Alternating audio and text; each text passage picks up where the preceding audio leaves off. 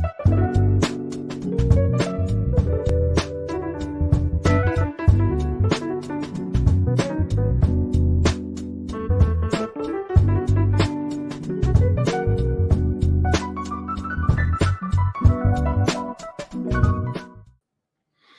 Al McFarlane. Welcome to the conversation with Al McFarlane. Today is Halloween, October 31st, 2022. And what a beautiful day, a perfect day for getting out, being in community, having some fun with your family, with the kids. It's a good day. I'm pleased to continue today's program. On Mondays, we call it Governance at the Neighborhood Level, and we focus on our partnerships and relationships in the community. I'm so happy to have as my partners and friends, Dee Phillipps and Diana Hawkins, who join me every Monday through their association and leadership at the Hawthorne Neighborhood Council. Diana, Dee, good to see you again, and thank you for being here as always. And always glad to have my writing partner, Brenda, Lyle-Gray, who joins us every day from the mountains of New Mexico. Brenda, how are you? I'm fine. How are you? Hello, Diana and Dee. Good seeing you. Hello, say Al. Happy Monday. Happy Monday. No bad good news this today. I do want to make these two plugs though, real Go quick. ahead. That we have extended the coat drive till November the 18th. I had a couple people call me. Today was the deadline, but I'm going to extend it to the 18th. I'll give you my email address when I get done.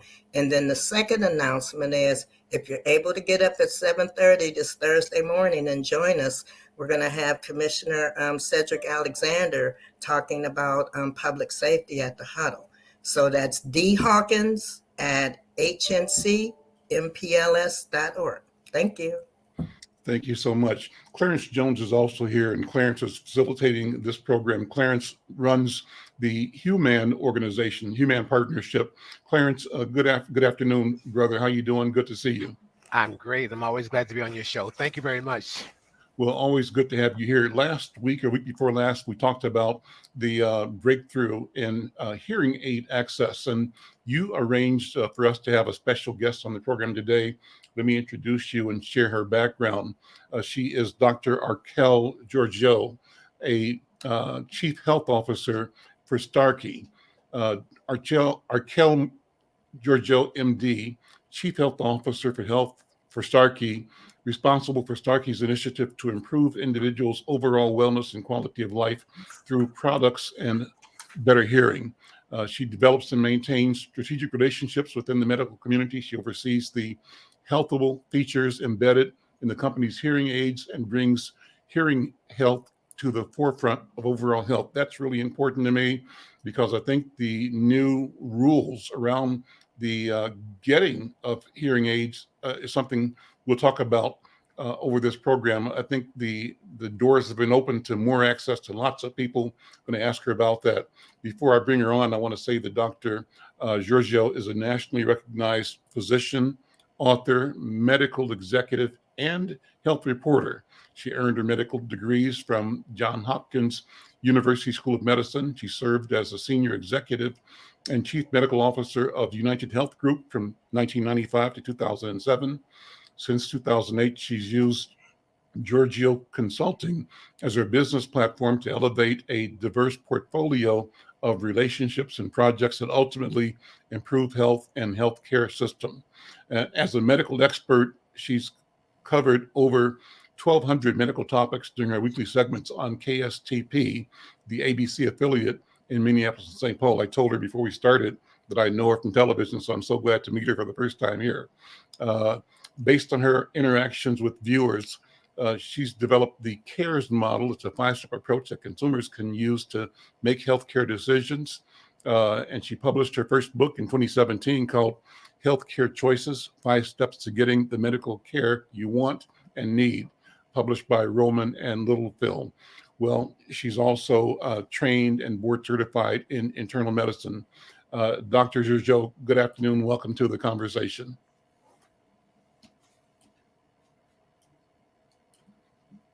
There we are. How are you?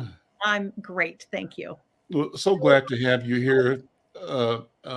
Apologies for the long introduction, but everything you've done is so worth talking about and sharing. So I want to, first of all, thank you for your focus and commitment serving the healthcare needs of our community and of our country and of the patients you serve and your work in the industry.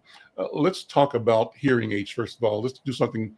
What do people not know about hearing health that we should all be thinking about, that we either take for granted or just haven't taken the time to focus on?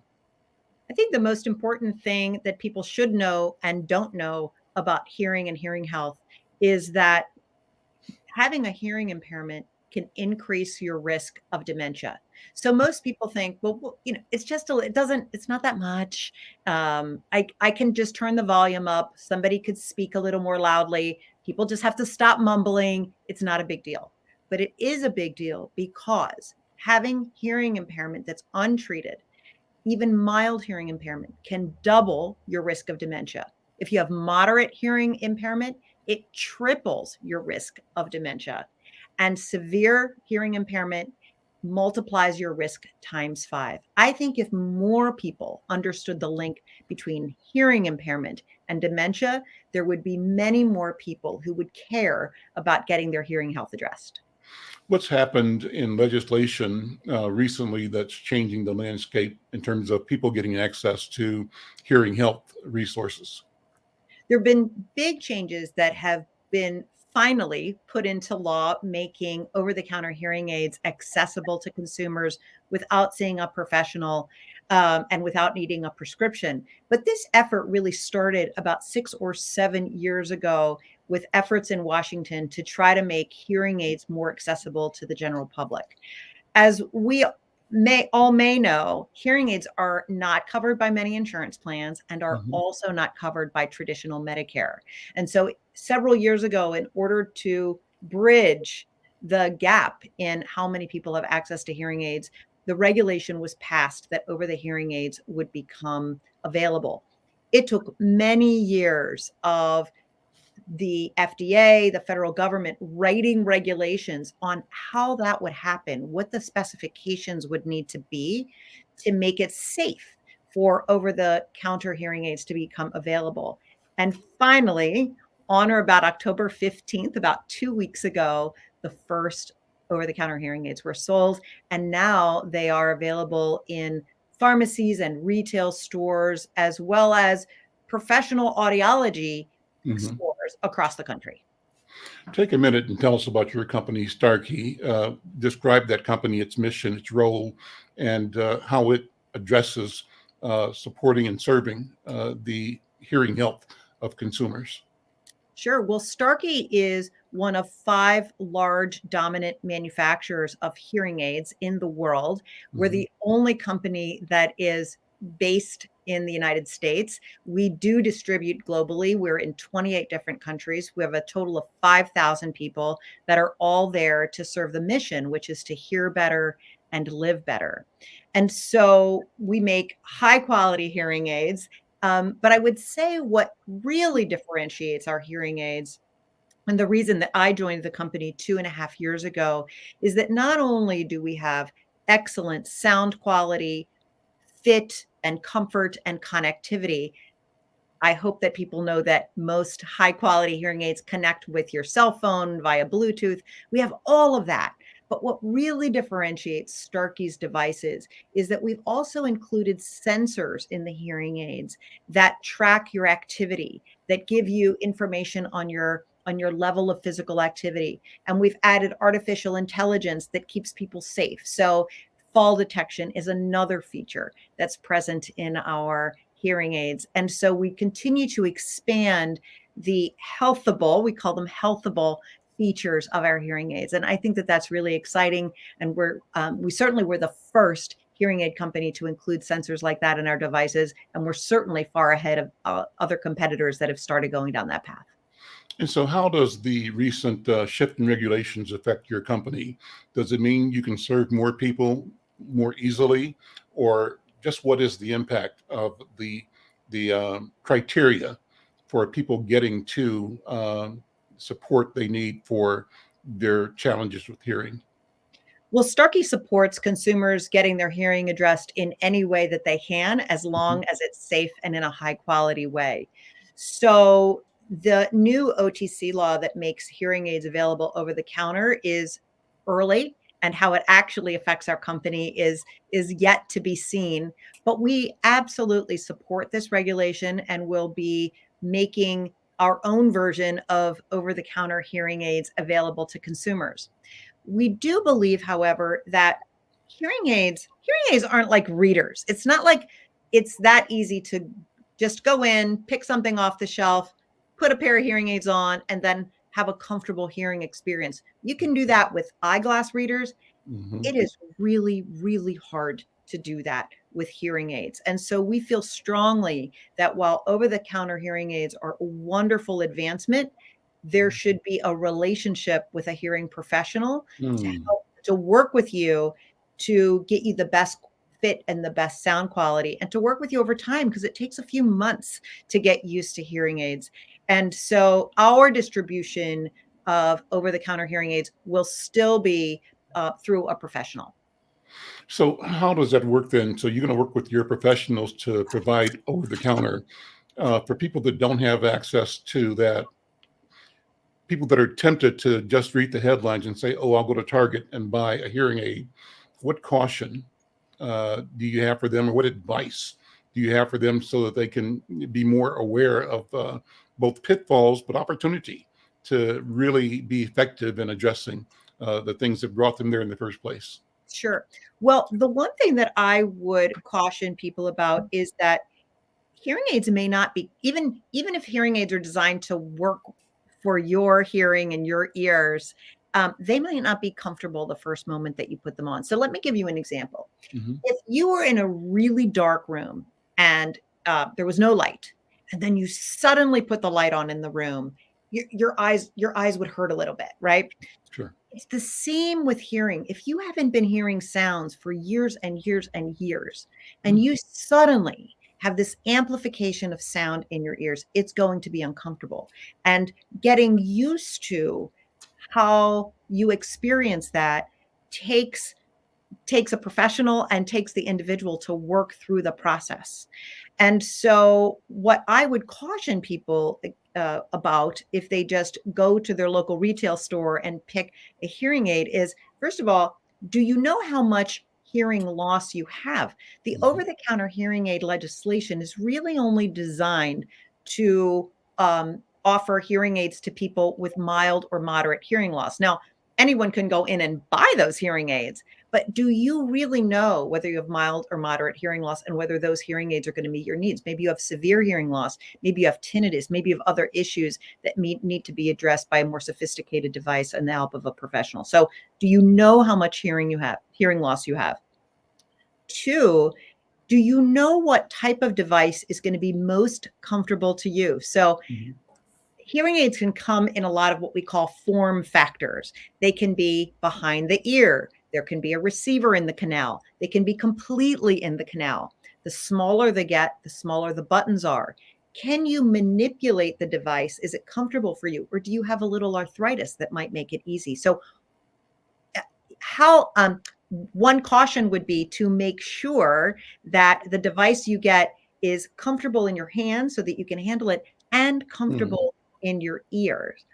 The third thing that I would caution people around is that make sure that you understand the return policy for that hearing aid. These hearing aids the cheapest ones might be around $200 per device. Mhm. And I have seen in the media that over-the-counter hearing aids could cost as much as $3,000. Mm. That's as much as a prescription hearing aid device. Sure. So whatever you are paying, it's valuable money, and we don't want to waste it. And you should be very aware of what the return policy is. Prescription hearing aids always have a return policy and a warranty. The federal government, when it came to over-the-counter hearing aids, didn't dictate what the return policy needed to be. They just said whatever it is needs to be printed on the label.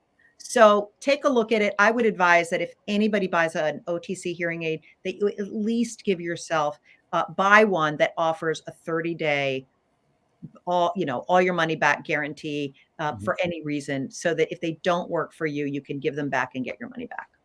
Is part of the reason for the change in regulations to enable people to use resources like Medicare and Medicaid to have access to hearing health, or is there a relationship there at all?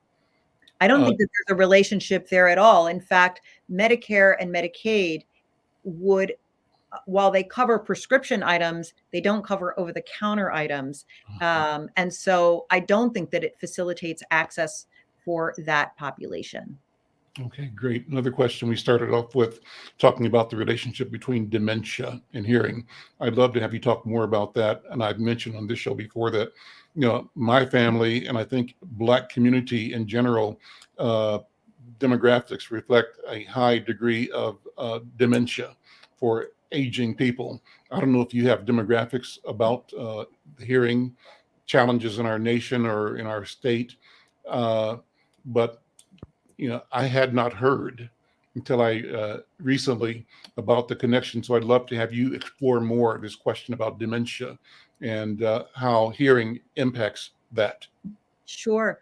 Well, first of all, I'll start by saying that we hear with our brain, not with our ears. The ears are just a really great amplifier, right? We hear in our brains, and sound is a nutrient to the brain.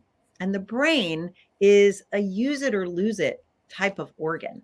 So if you have chronic hearing loss, mild, moderate, or severe, and your brain isn't getting stimulated by the sound that acts as a nutrient, then you can develop what's called disuse atrophy of the brain. You're not using those cells in the brain that are designed to hear, and therefore those brain cells can just atrophy, die, and shrink away. In fact, there's good studies to show that people that have hearing loss have smaller brains for brain shrinkage than individuals same age, same conditions that don't have hearing loss. So one possible mechanism for developing dementia in the presence of hearing loss is disuse atrophy, because you just don't have stimulation to the brain. It's a use it or lose it organ.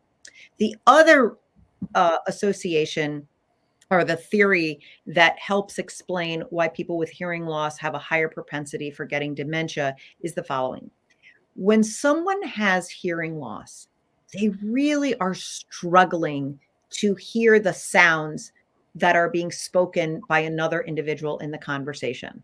Mm-hmm. As I speak to you here today, it seems to me like as I'm speaking, you can learn from what I'm saying. You can appreciate what I'm saying. You're not struggling to figure out whether I'm saying F or S or T or P, right? You're able to distinguish the sounds, instantly turn them into words, phrases, sentences, and meaning. And so you don't have to spend too much brain power figuring out what I'm saying. You're using your brain power to learn from what I'm saying. People with hearing loss spend so much time and brain power just figuring out the words. They're not learning. And when you're not learning, you're not creating new neural connections. And when you're not creating new neural connections, then that's a risk factor for dementia as well. It's an amazing story, isn't it? It's phenomenal. Yeah, I'm glad to learn this. It's all new information to me. But I'm so glad to learn it. And I'm sure I'm pretty average, and that there probably are many, many more like me that just don't have a clue. So thank you for taking this time to explain. Diana, you had a question or comment? Yeah, I wanted to know how good are hearing aids for babies, little babies, that can't hear? Well, I am thrilled that there is legislation in all states that mandates newborn screening hearing. And I think it's so important and so appropriate that before babies leave the hospital, there's a newborn screening done to make sure that they can hear, because we recognize how important hearing is at a very young age. And then once it's determined how severe that hearing loss is, if a baby has that, then there is a path for them to go down to see if they need a hearing aid. Or sometimes when hearing loss occurs at a very young age, there are recommendations that that child may benefit at some point from a cochlear implant, so that the parts of the brain that are stimulated by sound, by language, mature at the right pace. So hearing aids can be very effective for babies. But keep in mind that that's also a population of people, that younger, very young child population, that is also often evaluated for a cochlear implant. And I'll point out, I'm so thrilled that babies are screened routinely for hearing loss. And I would question our society as to why we don't have firm recommendations and guidelines for testing adults for hearing loss. It's just as important when you're an adult to be able to hear, but we don't have those sorts of strict guidelines and regulations in place. My granddaughter wears a hearing aid, so I noticed the difference when she's wearing it versus when she's not wearing it. That's why I asked that question, because I feel that she should wear it all the time, but she doesn't. How old is your granddaughter? She's 1.5. So at that age, you can tell. Yeah. What do you notice most? When I'm on the side that she cannot hear it out of too good, if I say something, it takes her a little bit longer to respond, like she's hearing it, but she's not hearing it. What's challenging? It's challenging. Yep. I hope she continues to get the care she needs, and she gets evaluated to make sure that the devices are giving her the support she needs to hear properly and to develop properly, and that if she needs more than that, that gets evaluated as well. Doctor, I asked it earlier, but do you have any demographic information what the impact or the experience of hearing loss or hearing challenges are along demographic lines in our country? Do you have that data? Well, I'll tell you that between 44 and 48 million people in the United States have hearing loss, and the majority are in the older population. So over the age of 65, about 50% of the population has hearing loss. Under the age of, between 50 and 65, it's about 25 or 30%. I don't have it broken down by race, men slightly more than women. And I will tell you that the three leading reasons for hearing loss are age. So that's why we see it in the older population. But age, noise-induced hearing loss, loud sounds. It could be because you love blasting that music, or you did when you were younger, or it could be that you are or have been employed in a profession where there's loud noises. And the third reason is genetic. And so a family history. Most people have a combination of those things. All of us have age as part of their risk factor, but then genetics and family history. So people who have hearing loss are usually at least have two of the three reasons underlying. Doctor, I often ask my guests for their personal story. How did you come to medicine and come to this field? Do you mind sharing the story about Archelle Georgiou? Oh my goodness. Well, thank you very much for asking that. I wasn't expecting that question, but I thank you. So I'm going to give you two related answers. One is why I became a physician, and two, why I am now in the hearing industry. So the reason I became a physician is not what most people expect they'll hear, like I always wanted to be a doctor and I always wanted to help people story. I grew up in a Greek immigrant family. I'm first to go to college in my family, other than my siblings, but my parents didn't even finish an elementary school education. They were from Greece, and education was the most important thing that they could offer us. And so they made it a really big priority. My strength was math in school, but because my parents didn't understand how that could give me a life that would be better than the life that they had, they really directed all three of us, my brother and sister and I, to pursue other types of professions. So my brother and sister are both pharmacists. I'm the youngest. I went to medical school, and that's how that evolved. And I have found a very rewarding path. I did practice for 5 years. Absolutely love patients, but also wanted to use those math skills. I went back to those math skills. And so being on the business side, on the managed care side, on the consulting side of healthcare allows me to have a a broader footprint of things that I affect. And so it's been a wonderful 30 plus year career. I didn't, through my Johns Hopkins education, my United Health Group career path, which was extraordinary.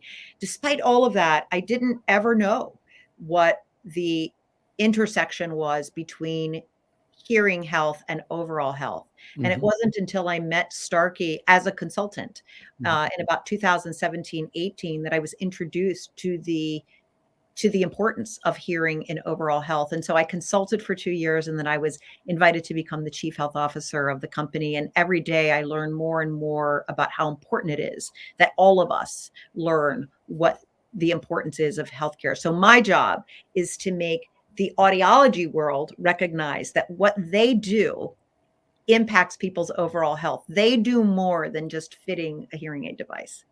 And the other part of my job is to make sure that the medical community recognizes that someone's hearing is a part of their overall health.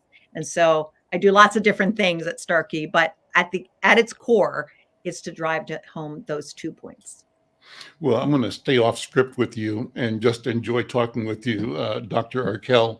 When I see you on television, you're engaged in explaining something particular, something that people should be aware of, alarmed about, or responsive to, prepared to deal with.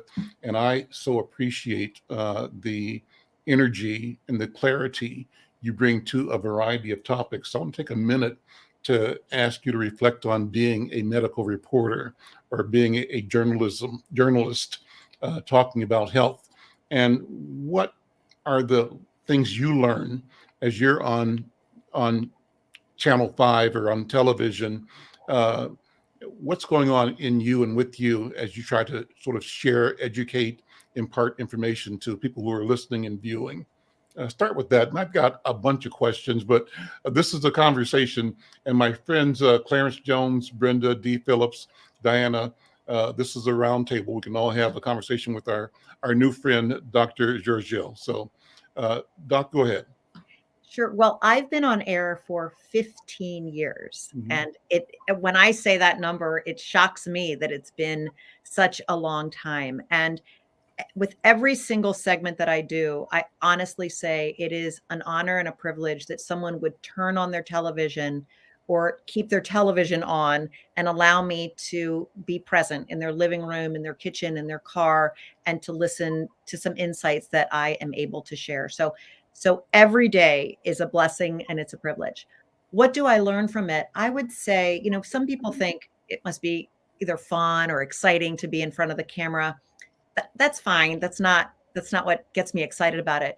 What gets me excited is that I can take a very complicated topic, because healthcare is scary and complicated, and I can distill it into information that is accessible for people, that they can not be afraid to hear, that they can understand. They understand the why around high blood pressure. They know why it matters. They understand the reason that diabetes or a drug or a new study. I love giving people information on the why. And I think I do a pretty good job of translating the information in a way that people understand and can relate to. And I love every single minute of it. We're focused a lot on this program and the programs I do. One I do on Friday is called the Healing Circle, and I'm dealing with mental health professionals in particular. And that's why this question of dementia and hearing intersection is so important to me. But in general, we talk about the startling disparities in health outcomes, health access that people of color experience in Minnesota and around the country. What are you hearing? And from your position as a physician and as an educator, as an executive in the health field, health industry, how do we move our society towards a place where we provide the very best care for everybody in the society? Minnesota is blessed to have and to be one of the most healthy states in our country, best educated, the most stable economies, the highest voter turnout, all kinds of good things. But even amid that, there are astounding disparities where people of color, Black people in particular, there's a huge divide in, the optimum environment and what our experiences are. So from where you stand, what do we need to do to continue to drill down and to eliminate disparities and to ensure that everybody in our state and our society has access to the very best healthcare, that he or she can live their very best life? What do you think? Because every single person deserves it. First of all, I'm glad you brought up Minnesota and alluded a little bit to the fact that there's still, even in this great state, there's still issues around offering everyone having access to good healthcare. And I will say we do have some of the best statistics in the country, but when you break it down, we have some of the worst statistics in the country when it comes to the Black and other minority populations. I just did a segment on that just a few weeks ago that showed the mammography rates are low, below average. And so we are not getting A's in that category, even in this state, because the devil's in the details. So thank you for highlighting that. I have been thinking about working on disparities since 2005, before it was as much of a national conversation. Started that conversation back when I was at United Healthcare.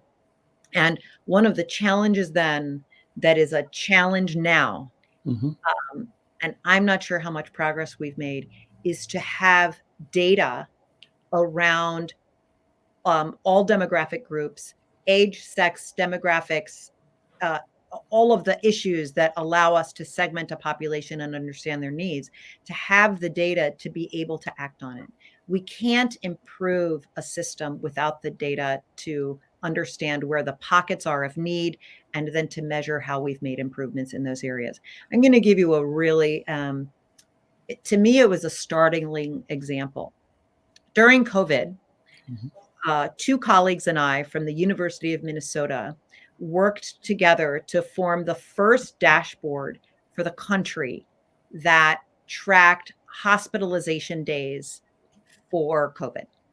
And so I won't go into the details of that unless you're interested, but long story short is that every single day we got data from 50 states in the nation on how many people were in the hospital for COVID. We put that in a website freely accessible to everybody in the country. So we had a lot of data.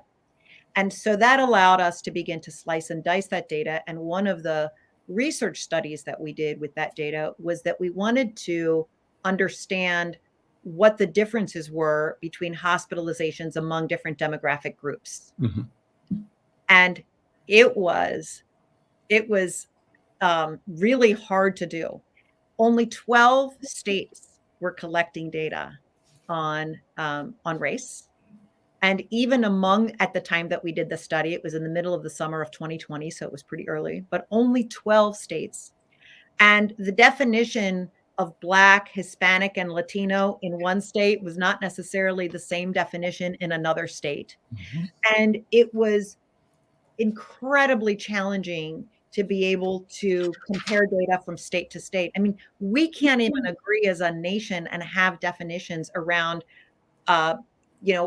what race is. So I go back to my point that I made at the beginning of the answer, which is to say, I think that the only way that we're going to make progress is recognizing that this is a big priority, because we all have to have, we all deserve and have to have the healthcare that we need in order to have the country and the world that we want. That's number one. That needs to be sort of we need to believe that that's true. And two is we need to have and collect and analyze the data to help us understand how to approach each population and their needs in the way that they uniquely need it. That's awesome. I have conversations with people about data-driven decision-making, particularly in the African American community. You've heard the stories about the distrust for research, because too often people have seen either research conducted without approval, where our story was examined as something of interest, but we were not particularly ultimately the beneficiaries of the research or of the data. Or we also have stories of all kinds of social and medical and other research that make nice reports that end up on shelves, and again, not reported back, reported out, and not actionable or not acted upon for the benefit of our community. So it's what's happening now, I believe, Doctor, is that people are becoming educated about the value of research, about the value of data, and being taught and learning that we can use data to support our version of what a productive and positive future can and should be. Beneath it all is the idea that uh, uh, better health for all of us is attainable. There has to be a core belief that this can be done. We simply need to continue to organize and mobilize resources and intent in the population so that we don't accept default narratives that say, oh, those people, they're like that, and it's not important, that we relegate people to the margin and let them suffer there because it's not important to us. That's, I believe, what we have to change and what we are changing. What do you think? Oh, I completely agree that medicine and healthcare is not one size fits all. It's never been, and it's time that we start recognizing it. You know, as a woman, I will say that there was and continues to be a time when we believe that men and women were the same biologically too, right? So there is no healthcare that's a one size fits all. And so the more we recognize that and act on it with data, I think the healthier we'll be as a society.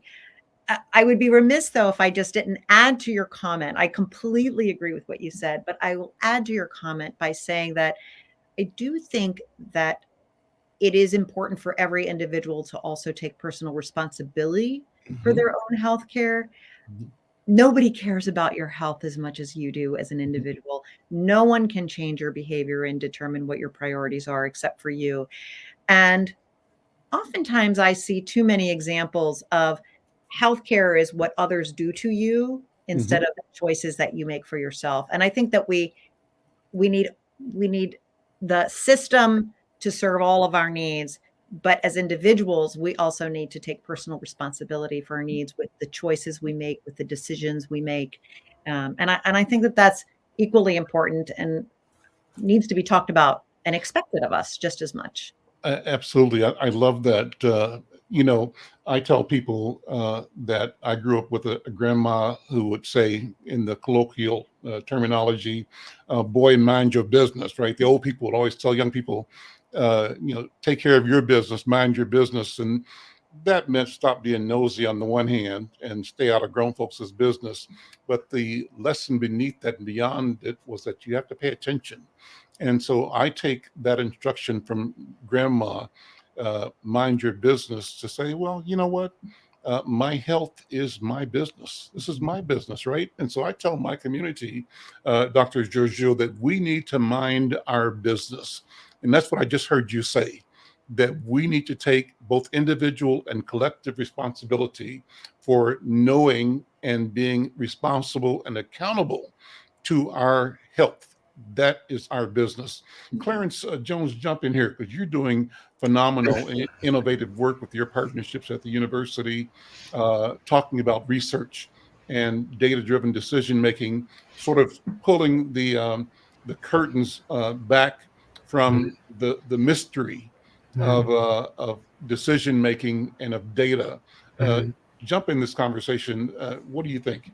Well, I think you're right, Al. One of the things that I appreciate about this show is the fact that you are on it as it relates to data. We have so many narratives in our community, but we don't necessarily have the data to back it up. And if we're going to be heard, we have to have both. And I think that it's so important for us to be comfortable. I think that Dr. Archelle, you said something about we can't improve a system without data. And I believe that very much. And I think it's important for us who are community members to help other community members to become more comfortable with doing surveys and to being involved in studies and those kinds of things. But I wanted to ask you a question, though, because last time we talked, you talked about the various issues that hearing has in terms of our health, the diseases and things like that. And I think that was such a phenomenal piece that I would love for you to share with our community.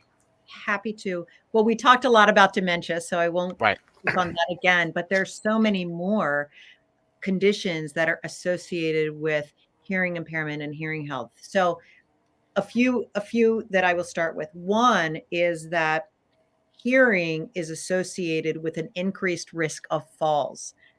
A startling statistic. Every second of every day, one person over the age of 65 has fallen. 20% of those are serious injuries. And so falls are a really huge problem in our society and cause so much injury. And people with hearing loss have a tremendous increased risk of falling. So why is that? There could be a few different reasons. One, I always like to explain the why, so I hope that that's okay. Sure. So one reason is that the system that controls your hearing is very highly connected to the system that controls your balance. So if one is off, one is damaged, the other could be damaged. That's one. The second reason is that if you think about it, your hearing helps you orient where you are in space. You can hear your feet hitting the floor when you're walking. You understand what your orientation is. If you can't hear well, you don't have those cues, could put you at risk for falling. But there's another really interesting reason why falls may be a risk in people with hearing impairment. And here's the challenge. It's that people who have hearing impairment have a risk of falling, and they are less socially active. So they become less active and more sedentary. In fact, there's data that, all of us are too sedentary. Sitting is the new smoking. People with hearing loss have even more of an issue with that, and on average have 34 more minutes of sedentary behavior per day. That's over 200 more hours of sedentary behavior per year. So what happens when you're sedentary? Well, you don't have as much muscular strength. You get muscular atrophy. Muscular atrophy puts you at risk for a fall. You fall, you're nervous about having another fall. So you begin to socially isolate even more. And then it creates, we call it the vicious cycle of hearing loss. So falls, one big category, and then the mechanism underlying it or the theories around that. So one. Two is that there's a direct relationship between hearing loss and depression. I'm not going to go into the whys. I think that that's pretty obvious, because social isolation and loneliness, because you're disengaged from conversation, from your family, from your community, from your friends, and from your employer, is damaging and can lead somebody down a mental health path. But the other things that I will highlight are that hearing loss is highly correlated, not necessarily caused by, but correlated with cardiovascular disease. And so when one individual has cardiovascular disease, high likelihood that they will also have hearing loss, and vice versa. Why? Because our heart and our ears all depend on blood flow. So if you have blockage of blood flow to one part of the body, the ears could be impacted by that as well. We see 30% of people with hearing loss have high blood pressure, and that's a higher number than you would expect to see in like populations. Diabetes is another condition where there's a lot of overlap. In fact, pre-diabetes, where you have higher blood sugars but not so high that you're diagnosed, pre-diabetes may precede the I'm just going to start that over.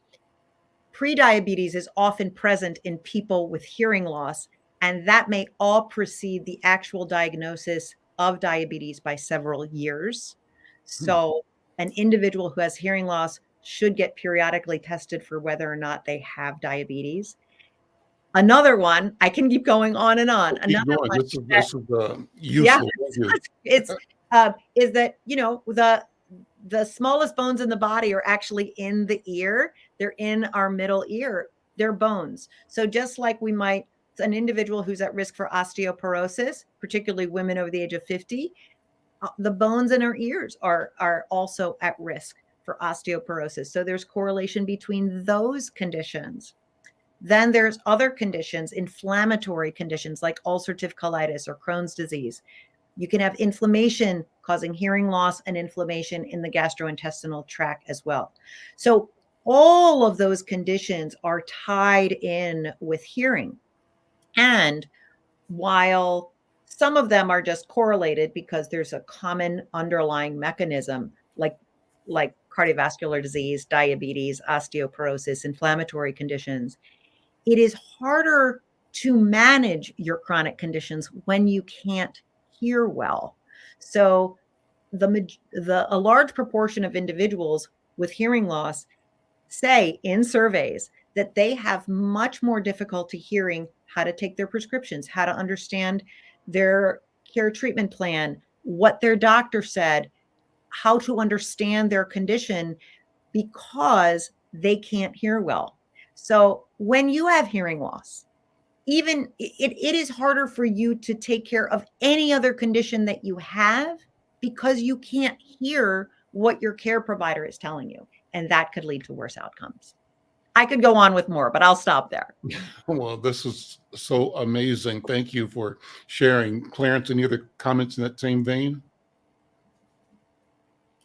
Actually, that was what I wanted Dr. Archelle to talk about, because I mean, that's amazing when you think about all these diseases that are connected with this hearing, and we don't even talk about it. I mean, so that's why it was so exciting for us to be able to have you come on and to share this information, because we need to be talking more about hearing.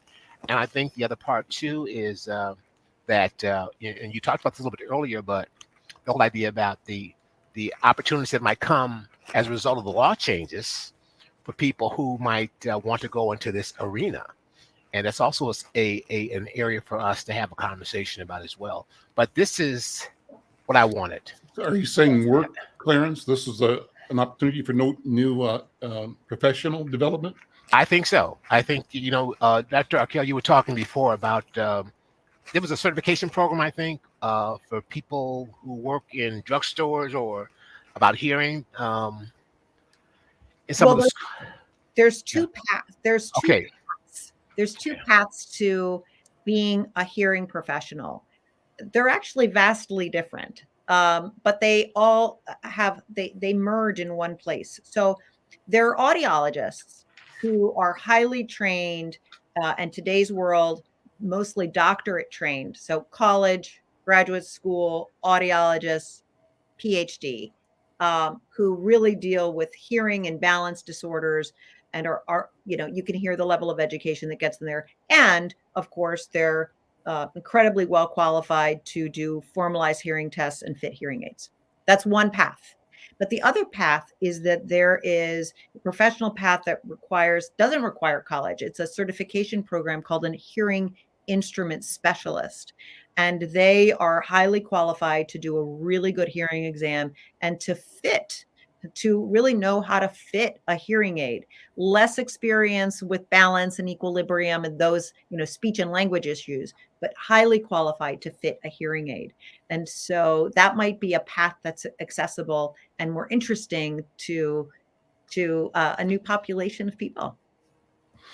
Since you've taken the interest in hearing, Dr. Georgiou, what have you done or are you doing to protect your own personal hearing health? Is it the kind of music you listen to? What do you do? Are there steps you do to be mindful and intentional in making sure that you yourself are healthy that other people can also do? Well, my husband will tell you that in the last 2 or 3 years, as I've learned so much more, I make sure that he turns down the volume on the TV and the radio and the car stereo, because it just doesn't have to be as loud as we have been putting it before. I think I drive him a little crazy, but he understands the importance of it. But there's 2 other things that have been really meaningful to me, and I'm going to save the best for last. And it's that I have a very, very mild hearing loss at just very high frequency sound. So minimal, but because I have such easy access to hearing aids, actually wear them when I'm in a restaurant, when I'm with friends, so that I don't miss any of the conversation. But it's also so that I can open the conversation about how important it is to have Hmm. good hearing and try to take some of that stigma away that seems to be present around it. So they help me. They give me a little bit of a superpower. They certainly help me out in a noisy restaurant. And it has made many of my friends and colleagues much more comfortable in pursuing it on their own when they had avoided it before. But probably the most dramatic thing that's happened in my life around being after being exposed to the importance of hearing is that my mom, who is 93, but when this all started, she was 90. And I've been very public about this story, is that she was unable to hear. And I love my mom. She's my best friend. And I would call her every day, and I still call her every day. But my daughters would call their yaya, their Greek grandmother. But as she was getting more and more hard of hearing, it was difficult for them to communicate, and they stopped calling her, and she was getting lonelier and lonelier. And too often she would say to me, "You're the only sounds I've heard today." Wow. And she had openly admitted to me that, maybe it's time to go. Maybe she needs to not be here anymore. And it made me just so very sad. I didn't think that she'd be with me for the next year. And so, my life turned. I was at Starkey. I was able to get her fit with a pair of hearing aids. And I'm not exaggerating. We went and got her fit. We went out for a lovely lunch afterwards. She was wearing her hearing aids. And in the span of the 2 to 3 hours between the visit and a crab cake dinner, because she lives in Maryland, her entire personality changed. Wow. And she perked up to being my best friend, my best Greek mom friend that I had remembered, because she could finally hear me again. It's really been a major, major difference in her life and our life. And she's still with us. She's had a few falls because she has hearing loss, and she's 93. But I think they saved her life. I really do. What a wonderful story. What a wonderful story. It reminds me, I think when my mother talked about getting cataracts removed, right? And vision blurred. But then, when the cataracts were removed, seeing this whole world of color, that it disappeared, so I'm hearing my mom's story, but putting it in the context of what you just described about the world of hearing opening up to you again. Let me take the conversation to one more level. That you can laugh at me if you want to. I love your questions. Thank you. Thank you for entertaining them. So my question has to do with spirituality. I'm sensing in you a person that is simply super sensitive, super aware, super committed, compassionate, caring, all those things. And I'm thinking you probably have discovered or do think about, the spiritual or the nature value of being healed or of being healthy. And it's not just hearing noise or sounds, but it's more than that. I don't know how to say it differently from what I'm trying to say now, but is there a sense of how critical hearing is to make the person the full human being that she or he can be? Uh, and I'm talking about that in terms of the person's spirit, the person's sense of being alive and human and connected to the world, to the all of creation. So I'll stop there. You can say, "Oh, and I'll go to sleep" if you want to. No, I love your question. Helen Keller, there's a really beautiful quote by Helen Keller, which is that vision loss separates us from things and hearing loss separates us from people. And as humans, from our very earliest days, wherever we came from, we have been designed to be with other people. It is safer. It is what makes us, we traveled in tribes, right? That's who we are meant to be. And so hearing at so many levels, it's so critical that we be with people, and it allows us to do that, to connect, to care, to communicate love. And you can certainly do that in other ways as well, but without hearing, it's so much harder. And I think that we need to remember that hearing is essential to accomplish all of those things. So thank you for bringing that up, because it's something we don't talk about very often, but so important. Al, can I Go ask ahead. a question? Yeah. Go ahead, please. Yeah. Dr. Archelle, is there a way for us to test our hearing? I mean, get on. Absolutely. Absolutely. So, Okay. the best way, right? I'll tell you the best way first, and then I'll tell you Okay. the alternative way for others Okay. who want an alternative. The best way is to see an audiologist and or a hearing instrument specialist and get your hearing professionally tested. They have the equipment, they can measure it, they can track it, all of those. That's the best way. But if you're not interested in that, or you want to get a sense tonight as to how your hearing is doing, there are a number of free online hearing tests that are really pretty darn good. They are screening, but really pretty close to on target as to what a professional would tell you. So what I would do is Google free online hearing screening test, skip past any ads, and then look at the links below that. And of course, I know that there's a free hearing test offered by Starkey.com. There are others as well, but I know ours very well.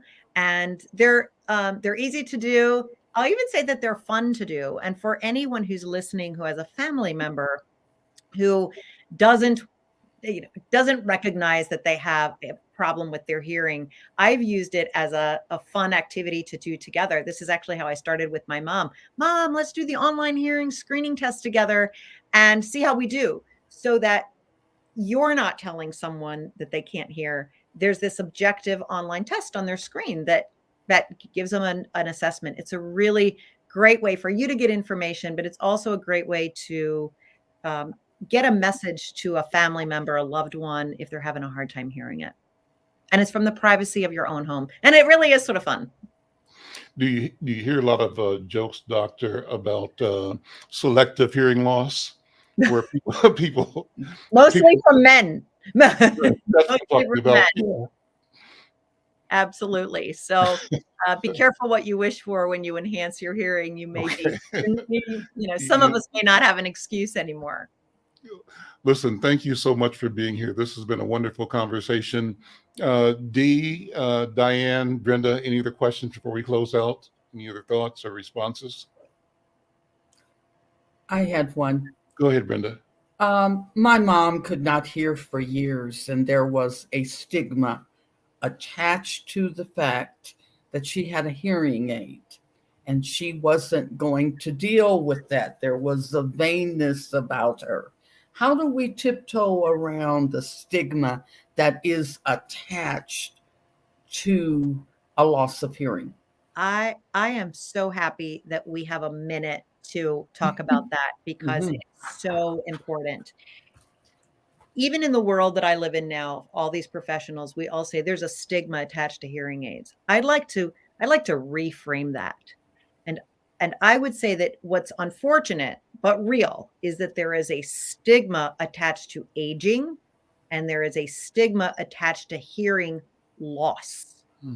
It's the hearing loss that has the stigma. 31% there was a survey, 31% of people with hearing loss that don't wear hearing aids say that they may feel fun of and separated from others because of their hearing loss. So the hearing aid actually helps combat that ageism.